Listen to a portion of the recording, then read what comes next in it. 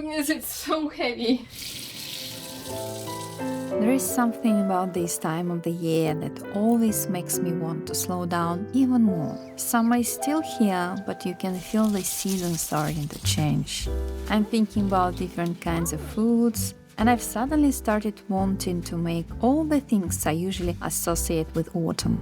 Maybe it's because I'm craving that feeling of coming home after a long summer and settling back into a slower rhythm. For me, that feeling has been especially strong this year. I'm Anna. 9 years ago, I left the city and moved to the countryside, hoping to build a slower, more creative kind of life. Since then, our little family has grown. We're 3 at the moment, soon to be 4. And after 14 months of traveling, we're back on our little island again. So we're slowly finding our rhythm here, and I think being on the cusp of a new season is the perfect excuse to do a little of that. To cook, make a few things from scratch, make the house feel a bit more like ours. Get outside and enjoy these last little pieces of summer before autumn arrives. Come spend a few quiet days with me. Good morning, friends. I have very exciting plans for us today. We are going to be making some more jam. If you watched my last video, you know I've been trying to preserve a bunch of stone fruits, and it wasn't quite successful. I mean, the jam was delicious. It turned out really yummy. But the preserving part was not the best, probably because I didn't have proper jars, and one of them was leaking, another one was not just full, so I did not even bother to boil it. I just kept both of them in the fridge, and let me show you what is left. This is how much is left out of 2 jars. One was smaller though, but still. 1 week, guys. I was afraid that we're not gonna finish them. Perhaps now is just the perfect time to make some more jam. And can we just stop for a moment and appreciate those lilies? How pretty they are. These are the lilies I bought last week. If you watched again my last video, you probably saw them, but they were all closed. And look at them now. They open up so beautifully. I appreciate them so much because they usually open at night. So when you wake up, you go to the kitchen and it's just pure magic. Magic. So we'll start with the jam and then we'll see how it goes. Maybe we bake some biscuits, maybe we make a savory pie. Anyway, it's gonna be a very delicious week in my country kitchen. Oh my goodness, it's so heavy. Oh wow.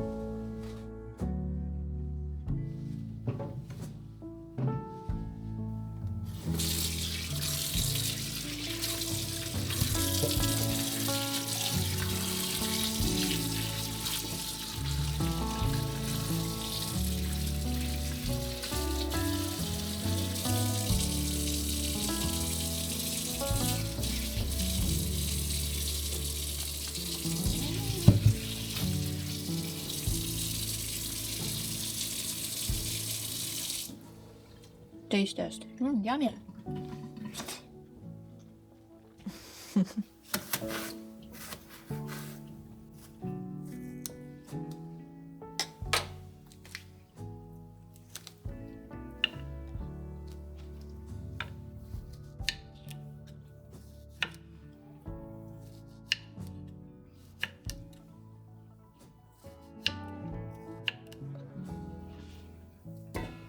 Last week I used the yellow plums we picked, and the jam turned out absolutely delicious. Today I'm using fruit from the shop though, which isn't quite as exciting, but that's what we have at the moment. One day I would love to have my own farmhouse or homestead with lots of fruit trees and be able to walk outside and pick whatever is ready. But for now I'm working with what I have. And I think that's something I'm slowly getting better at. Making the best of the season I am actually in, rather than waiting for some imagined future when everything is exactly how I want it to be. So I'm almost done with coring and slicing my plums, but you're not gonna believe that. I've just realized I have this much sugar left. so it's not gonna do the proper job. So we have to grab some more sugar at the store, and I think we'll probably continue this little project in the evening. That's life.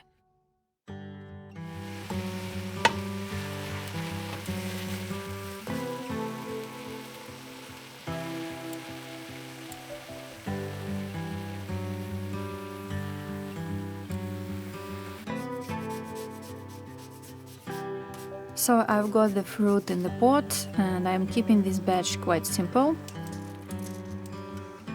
I'm adding some sugar, but not too much because I really don't like overly sweet jam. As you know, I prefer jam that tastes like fruit rather than just sugar. And the plums are naturally quite sweet anyway, and I like it when there is still a little sharpness to them. And I suppose another non-negotiable ingredient is lemon, both the juice and the zest.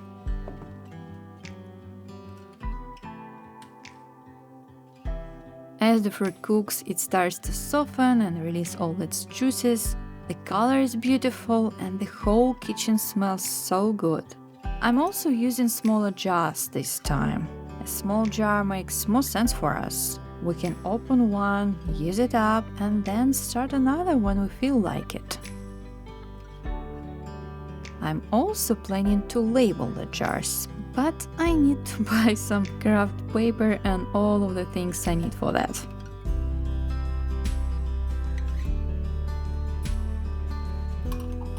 Hopefully, by the end of this, I'll have a few little jars of jam ready for breakfast, baking, and perhaps some jam drop biscuits.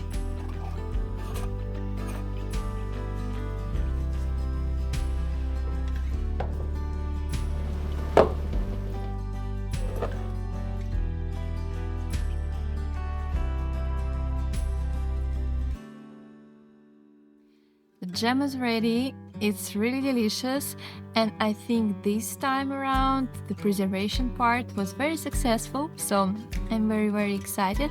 And I thought, let's just do the biscuits today. Why not? Why not? Right? So let's make some biscuits.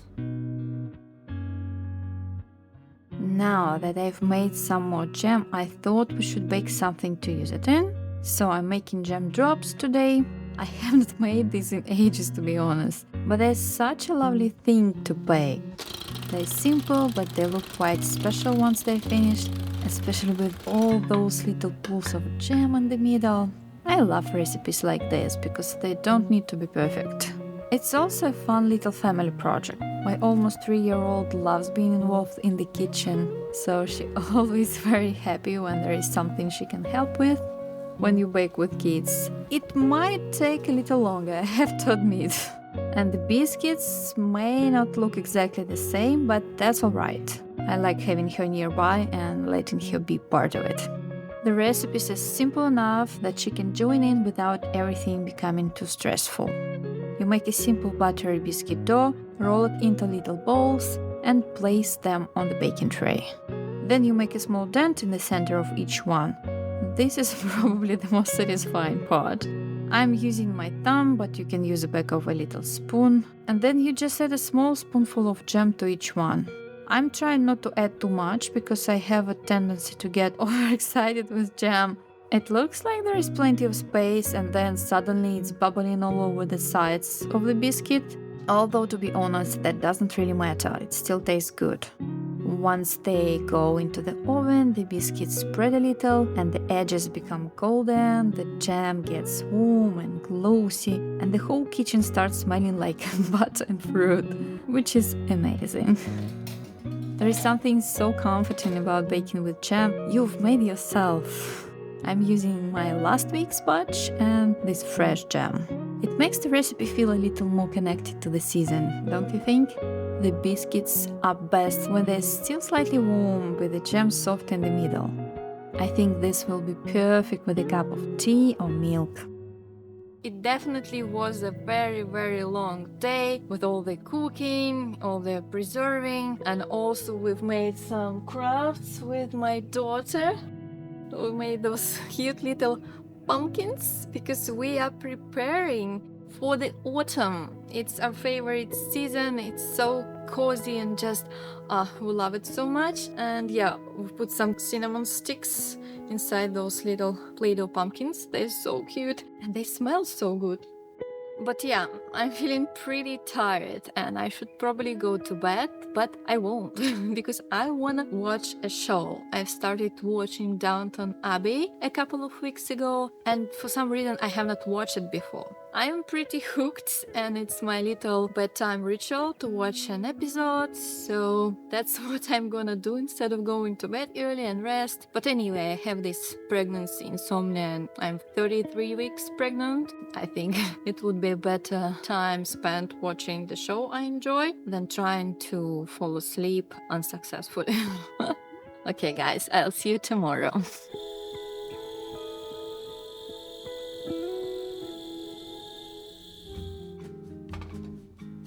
If you asked me what one thing I'd always want to have in the freezer, it would be pie dough. Not ice cream, not even bread, pie dough. Because it can turn into so many different things, and it makes the dinner feel much easier. You can make a chicken pie, an onion tart, a vegetable pie, or something sweet if you happen to have some fruit that needs using.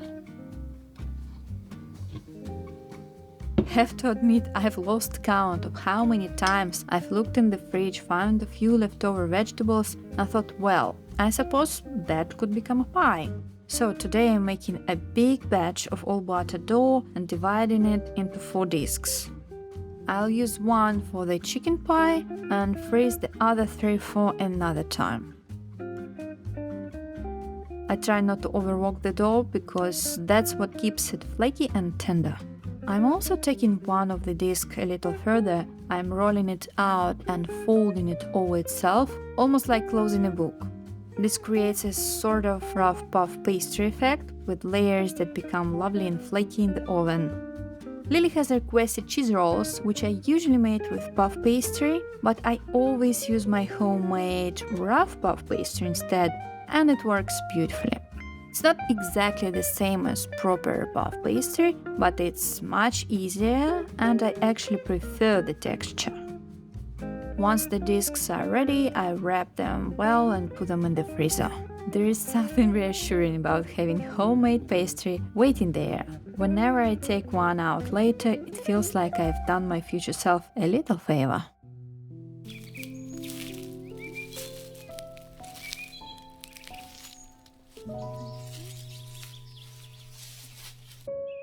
I'm about to do my gratitude practice, and it's been a while since I've done it. Honestly, it's been a few months since I sat down with my journal and just wrote down things that I'm grateful for, which is such an amazing practice. And despite all the hardships of life, despite everything, no matter how hard life is, you can always find some things to be grateful for. And I know it might sound cheesy, but it is true. And as a person who embraced slow living and this simple life, I found so many things in my daily life to be grateful for. There are so many. No matter how hard my day was, usually I just say them out loud before bed, but putting them on paper works just a little bit better, I think. Sometimes we are looking for more achievements, more things, to have this permission for yourself to be happy in the moment and to be grateful for what we have. But honestly, it's just so much better to be present no matter where you are in your life, no matter how far you are from your goals, no matter how good the night went, did you get enough sleep or not. It's just, I don't know, such a beautiful practice. So I'm gonna enjoy those 5 minutes with my beautiful journal.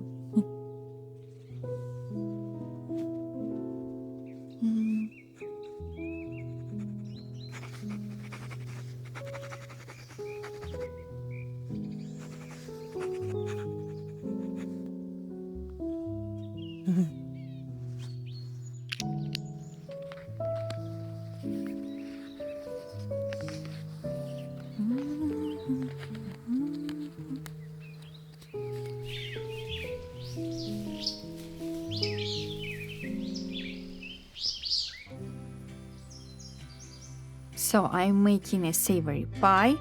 I think these ones are seriously underrated. When people talk about pies, we usually think about apples, berries, or something sweet anyway.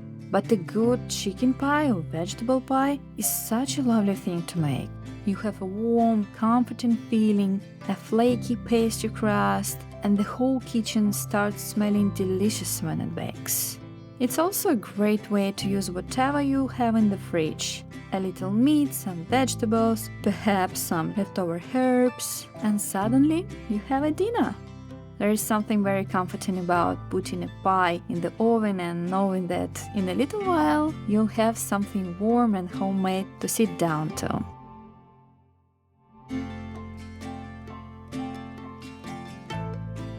And of course, the pastry is the best part. I don't think a savory pie needs a special occasion. Sometimes it's just a very good way to make an ordinary evening feel a little nicer.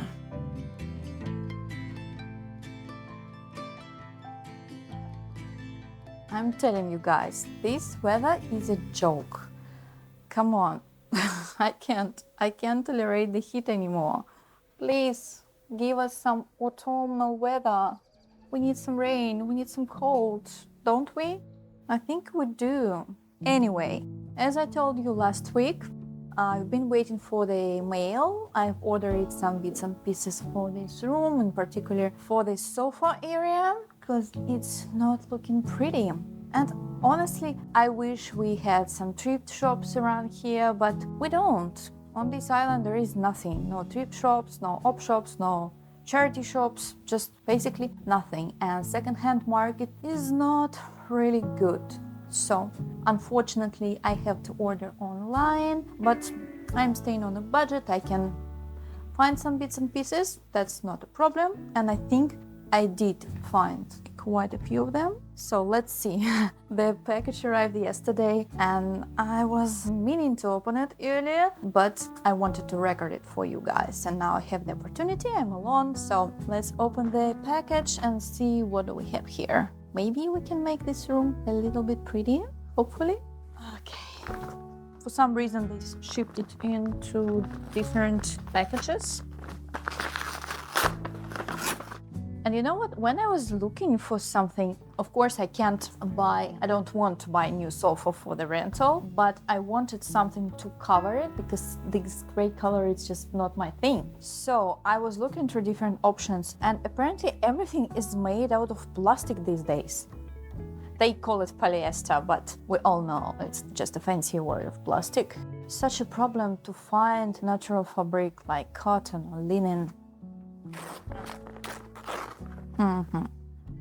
Here we've got some pillow covers. Actually, these pillows, the covers are not removable, but I thought I would just put them on top of the pillow and make it nice and cute. And it's actually linen. I was so lucky, it was on sale, it was pretty cheap, and it's linen, which is always good. What else do we have here? Silicone brush, which is not for the sofa, obviously, but as you may noticed in my previous videos, I was using my hands to brush the egg wash. Now I don't have to use my hands anymore. Yeah, that's the thing I was waiting for. It's a throw that's supposed to be quite large to cover this whole sofa.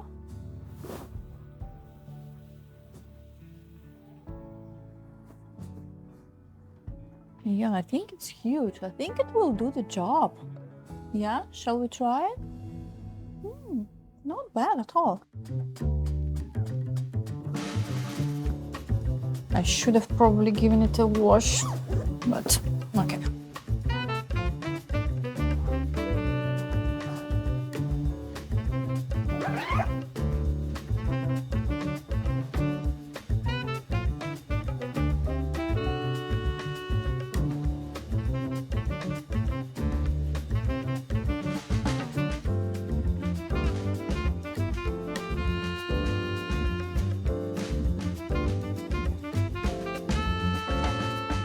Okay, what do we think? I think it works. Definitely needs some washing and ironing for sure, but way better than just a gray color, huh? Yeah. Successful, budget-friendly makeover.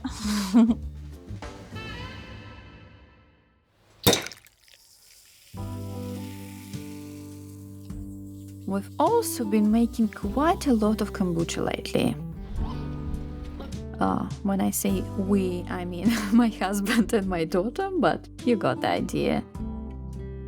And it's slowly becoming our favorite drink. Open air, side by side we sway there in all the colors. I love having a bottle ready in the fridge. It's refreshing, a little fizzy, and feels like such a nice thing to make at home. We've been drinking it with meals, taking it outside, and somehow every batch disappears much faster than I expect. So that's what's been happening in our countryside kitchen this week. If you want to see how I am slowly making our new place feel like home and what happened with that first, slightly unsuccessful batch of jam, watch my previous video. I'll see you next week.